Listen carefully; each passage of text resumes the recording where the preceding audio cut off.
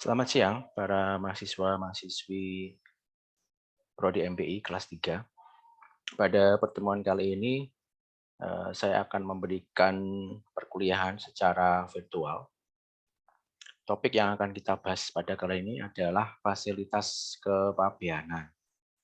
Oke, ada satu materi yang saya skip terlebih dahulu, yaitu terkait dengan eksportasi. Ya. Oke, sebelum saya mulai, kita lihat dulu silabus yang sudah ada. Nah, sebelumnya kita sudah mempelajari berkaitan dengan perdagangan internasional, kontrak ekspor impor, Incoterms 2020, dokumen perdagangan, regulasi kepabeanan sampai dengan prosedur importasi. Nah, untuk materi prosedur eksportasi ini sengaja saya skip terlebih dahulu karena nanti ada proyek khusus yang akan kita lakukan yang melibatkan dua kelas, MBI 3A dan MBI 3B, dan juga prodi lain, yaitu manajemen pemasaran dan diplomatika administrasi bisnis. Nah, pada kali ini saya akan mencoba memberikan pendahuluan terkait dengan fasilitas kepabeanan.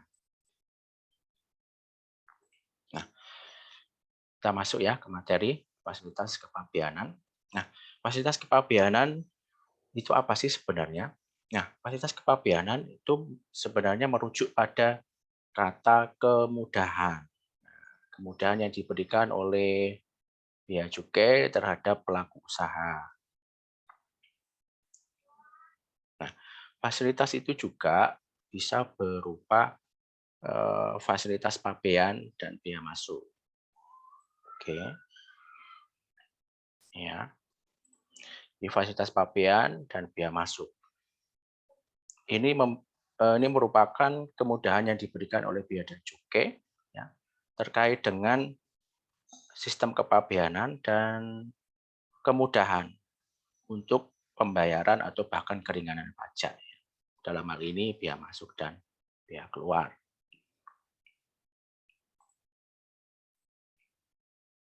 Nah, berikutnya apa sih bentuk-bentuk fasilitas kepabeanan yang diberikan oleh bea cukai selama ini ya? Ada dua tipe bentuk fasilitas kepabeanan yang selama ini sudah diberikan. Yang pertama ini fasilitas pelayanan, gitu ya. Oke, kemudian yang kedua fasilitas fiskal. Oke. Fasilitas pelayanan ini sebenarnya merupakan bentuk perlakuan khusus ya yang diberikan kepada pengguna jasa untuk segera memberikan pelayanan ya lebih cepat, lebih baik dan lebih murah. Jadi ini merupakan bentuk perlakuan khusus dalam proses penyelesaian kepabeanan untuk segera mengeluarkan barang dari kawasan pabean lebih cepat, kemudian memberikan pelayanan yang lebih baik, dan tentu saja lebih murah. Nah, fasilitas pelayanan ini lebih mudahnya itu adalah memberikan kemudahan kepada pelaku, dalam hal ini eksportir atau importir atau pengguna jasa, untuk sebenarnya memudahkan proses pengeluaran barang dengan cepat ya dari kawasan pabean. Ada beberapa contoh fasilitas pelayanan seperti AEO. AEO itu apa sih? Ini diambil dari bahasa Inggris ya, Authorized Economic Operator. Kemudian MITA. MITA itu adalah mitra prioritas.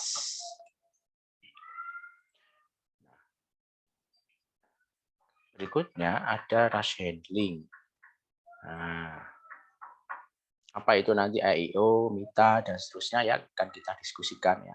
Kemudian rush handling ini sebenarnya sudah pernah disinggung ya oleh Pak Doni waktu pemberian itu kuliah tamu ya, itu bagaimana barang itu segera cepat dikeluarkan dari kawasan pabean. Contohnya impor vaksin kemarin ya yang dilakukan oleh pemerintah, Provinsi Jawa Tengah, Isoten, ya, dan lain. Kemudian ada Forslek dan fasilitas lainnya.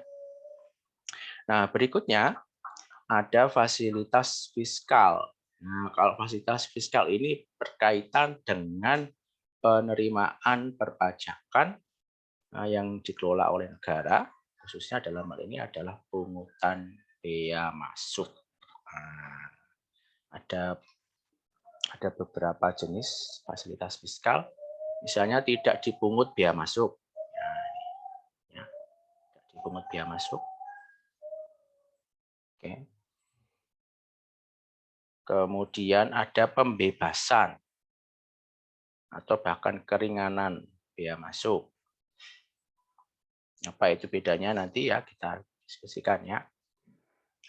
Berikutnya tarif preferensi. Nah, ini yang seringkali digunakan ya. Yang dimanfaatkan oleh importir ya untuk tidak dipungut biaya masuk, pembebasan atau tarif preferensi ini juga sering digunakan ya oleh importir ya. Nah, kalau berkaitan dengan biaya masuk ya berarti ya, fasilitas fiskal ini seringkali digunakan oleh importir. Berikutnya ada pengembalian biaya masuk, ada penangguhan biaya masuk, ada biaya masuk ditanggung pemerintah. Nah, dalam hal ini saya tidak ingin monoton memberikan materi dari bersumber dari saya ya, meskipun sudah saya siapkan. Nah, berikutnya adalah saya berikan tugas dulu. Silahkan Anda mencari ya, satu fasilitas pelayanan saja. Baik itu fasilitas pelayanan ataupun fasilitas fiskal yang diberikan oleh bea cukai untuk pengguna jasa. Nah, Anda bisa memilih fasilitas ini ya. Apakah itu fasilitas pelayanan ataupun fasilitas fiskal. Nah, ini ada 10 ya, ada 10 jenis fasilitas kepabianan yang saya harapkan adalah ini. Anda bekerja dalam kelompok ya. Dari satu kelompok terdiri atas 2 orang. Oke, gitu ya. Anda bisa akses ke ini website dari Bea Cukai atau Kemenkeu atau Kemendak untuk browsing fasilitas pelayanan dan fasilitas fiskal. Ya. Cukup satu saja, satu kelompok, satu fasilitas. Kemudian Anda siapkan presentasi singkat ya, untuk pertemuan berikutnya. Jadi pada pertemuan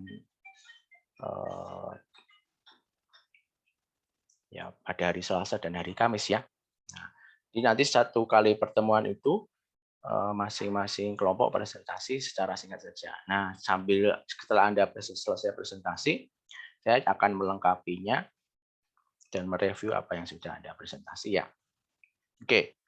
Kemudian materi presentasi ini bisa diunduh di Elnino dan saya akan memberikan assignment-nya juga di Elnino ya.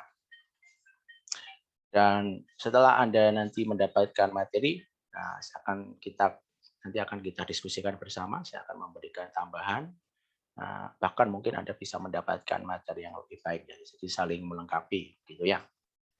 Oke, itu dulu yang bisa saya sampaikan. Selamat mengerjakan tugas. Sampai ketemu lagi di lain kesempatan ya. Oke, selamat siang.